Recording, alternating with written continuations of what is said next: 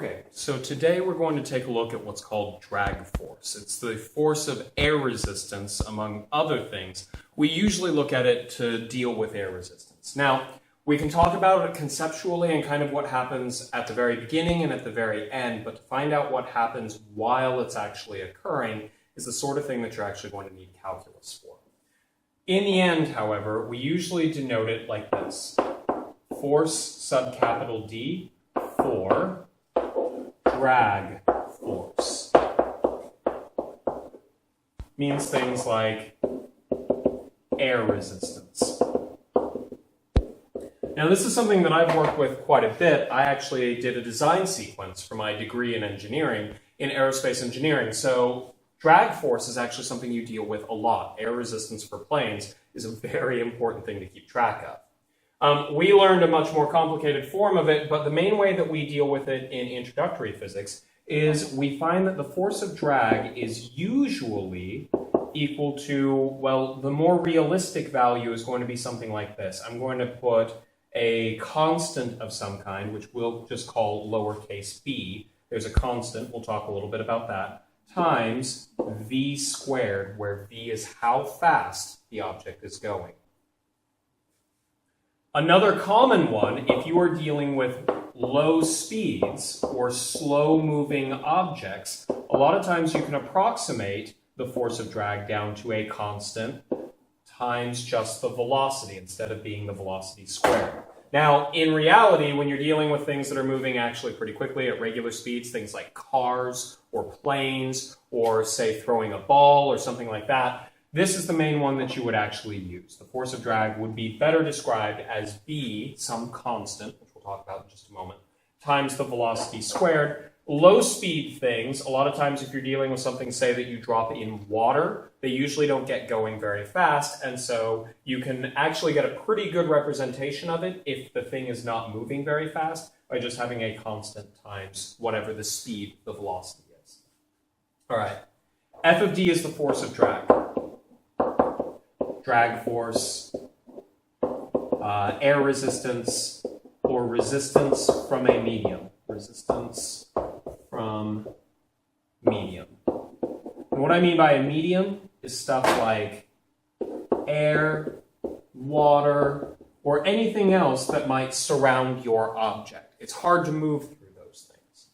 Let's talk about this from a conceptual viewpoint. Oh, I'm sorry. So that's the force of drag.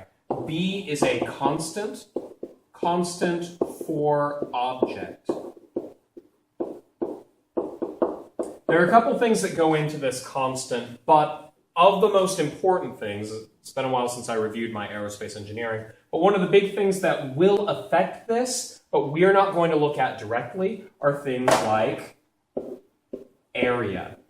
The larger the object is, the more air resistance, the more drag force you'll actually get. So one of the things that, actually we'll get to that in just a moment. For our purposes, we're pretty much going to give you a constant, or you'll find it from our equations. And basically, it's a couple of factors put together, but the main thing that dominates it is actually going to be the area, the cross-sectional area of the object moving through the water or air. And then finally, V is going to be speed in medium. Speed of the object as it moves through the medium. Let's talk about places where you all actually probably all have experience with this being applied in real life. So I'm going to go to the main ones that you can think about. In fact, let's talk about speed, the speed aspect.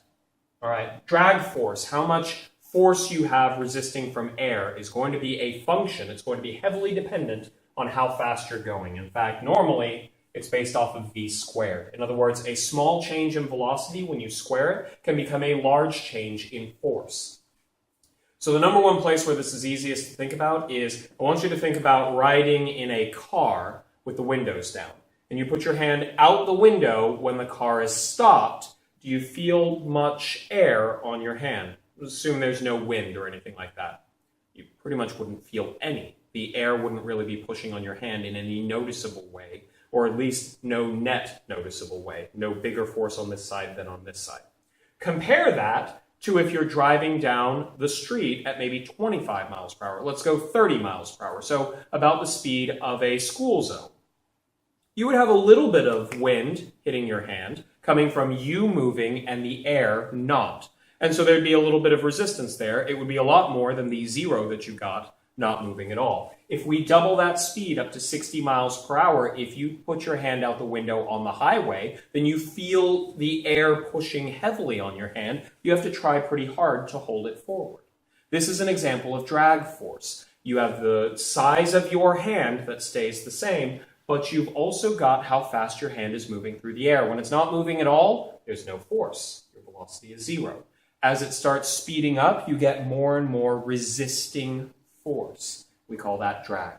And as you get up to the very high speeds, you get a much higher drag force. In fact, one thing that a lot of people don't think about is when you're on the highway, I want you to imagine how hard the wind is pushing on just your hand, and think about that same thing is happening to your entire windshield, the entire front end of your car, all the parts of your car that are driving into the wind. And that deals a little bit with the idea of cross-sectional area, which factors into this constant that you would have for whatever object you're looking at. We would have a different constant B for my hand than we would for the car, if for no other reason, then my hand is a much different area than the car. But if you want an example of where the area comes into play, next time, hold your hand out the window like this, feel how hard it is to hold your hand forward, and then do this. What we've done is instead of having this into the wind, which is a larger area, we've now cut that area that's going into the wind down. These are the sorts of things that affect B. We also call that aerodynamics. We design planes, and many times we design cars and many other things so that they will have the least drag force that we can so that it's easiest to keep them moving, even at high speeds. All right, another place where you'll run into this, and one where it might be better for us to use this approximation. So, comparing this to the viscosity of the fluid, which is also something that would factor in, and usually is factored into this B, this constant. Now again, I'm used to a different version of this where B is replaced with several things, but in an introductory physics class, we usually don't go into that level of detail. So another example might be the viscosity of the fluid you're in. That is something that might change the value for B. A good example of that is, it's pretty easy to walk through air. It's pretty easy to run through air. Compare that to water. If you've ever been in a pool, because I certainly don't advocate running in the vicinity of a pool because it's dangerous. But walking in water doesn't take that much more than walking through air. But if you've ever tried running in a pool, you know that it's really hard to move very quickly in the water. As the velocity goes up, as you try and move faster, the drag force will also increase. That's why I'm not simply saying that B is the area. It turns out that B is a couple of different things that work together, including some other things that I haven't even brought up at this point. But for an introductory level physics class, we usually simplify it where the force of drag is equal to some constants that embody the thing you're looking at and the medium it's moving through, and the velocity. The velocity is a key thing. The speed is a key thing that affects the drag force. All right, so that's a little bit of introduction and tying it to how you would actually work with things. Let's introduce another bit of terminology that shows up with this. It is called terminal velocity. Now, you may have heard of this term before. Basically what it means, terminal, you can think of like a terminal illness. It means the end or the last. It's effectively the last velocity that something has, because basically what you've got, if we look at an object that is falling through the air, we've got the force of gravity pulling it down. And as this thing speeds up, it will start to get a drag force from the air opposing that. Air will start to slow it down. Eventually, you will get the thing moving fast enough that gravity down will be completely countered by the drag force up. And when these are equal and opposite, according to Newton's second law, my sum of forces in the y would be equal to my drag force minus the force of gravity equals my mass times my acceleration in the y. Well, if my drag force becomes equal to mg. I'd have mg minus mg, we get 0 equals may. It still has mass, so that means that our acceleration actually goes to 0. What happens is, as something starts to fall, if it's not moving yet, the drag force will be equal to 0. As we just talked about, it all depends on how fast you're going. You put your hand outside the car window and you're at a stoplight, you don't really feel anything at all. And as you start to speed up, you start feeling more and more push, more and more drag force on your hand. The faster you go, the more the drag force gets, and eventually you will speed up enough while falling that the drag force will then balance out the force of gravity and your acceleration will go to 0. You'll stop speeding up going downward. If you were to speed up a little bit more somehow, maybe you got like a downdraft or something like that, then your drag force might go up even more, giving you a net force up, giving you an acceleration where the drag force would actually slow you back down to the terminal velocity. In short, the terminal velocity is the last speed that you have before you hit the ground. And that can be for quite a while. This happens when your drag force is equal to the force of gravity on you. Or, more accurately, I suppose I should say, the drag force, the force upward, would be equal and opposite to all of the forces that would be downward, which is usually gravity, but you might have something else. But for our purposes, we're going to look at just dropping things. Now, for many objects, depending on how they're designed, the drag force becomes very big very quickly. We design things like parachutes, for instance. We've got a person here, and we want them to fall safely, then we would have them wear a parachute, and the parachute is designed to be very big so that the drag force gets very big very quickly, and so we can still, at a relatively low speed, maybe 20 to 30 miles per hour, probably a little bit less. I didn't actually do proper research on this. I apologize. But we keep our speeds very low compared to the 100, 150 miles per hour that we might be moving without a parachute.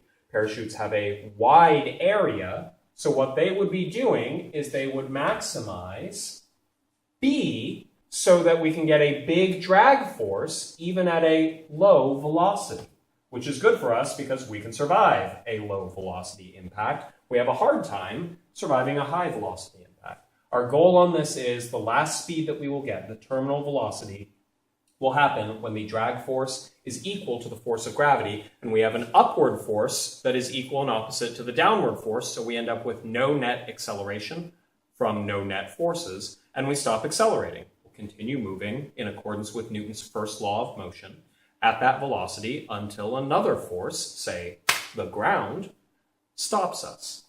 We want to make certain that that's a relatively low speed so that when we do encounter the ground, it's something that we can easily survive instead of, well, something that we can't.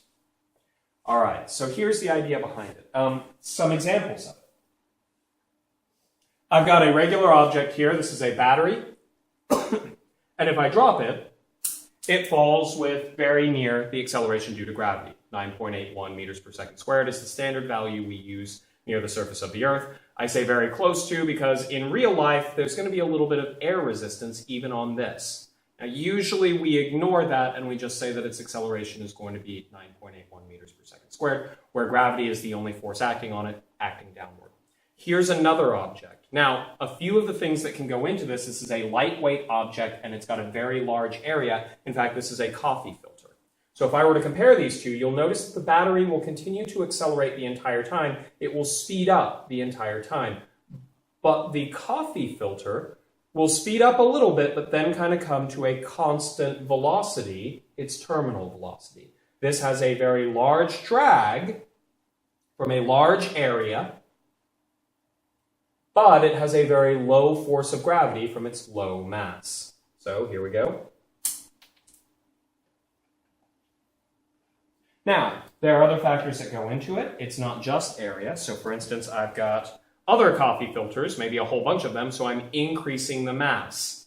Increasing the mass will also, as we're going to see in the next part of this video, give a little bit more resistance to drag, a little more resistance to air resistance. And so if I put these two up, they will both reach terminal velocities, but at different points.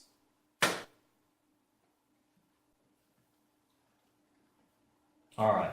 So that's a bit of an example. I'm also going to try and film a little bit of data off of that so we can actually see that they do come to a terminal velocity. All right. Give me just a moment. I'm going to check on something, but we are going to take a look at solving with terminal velocity and seeing what happens at the beginning and the end.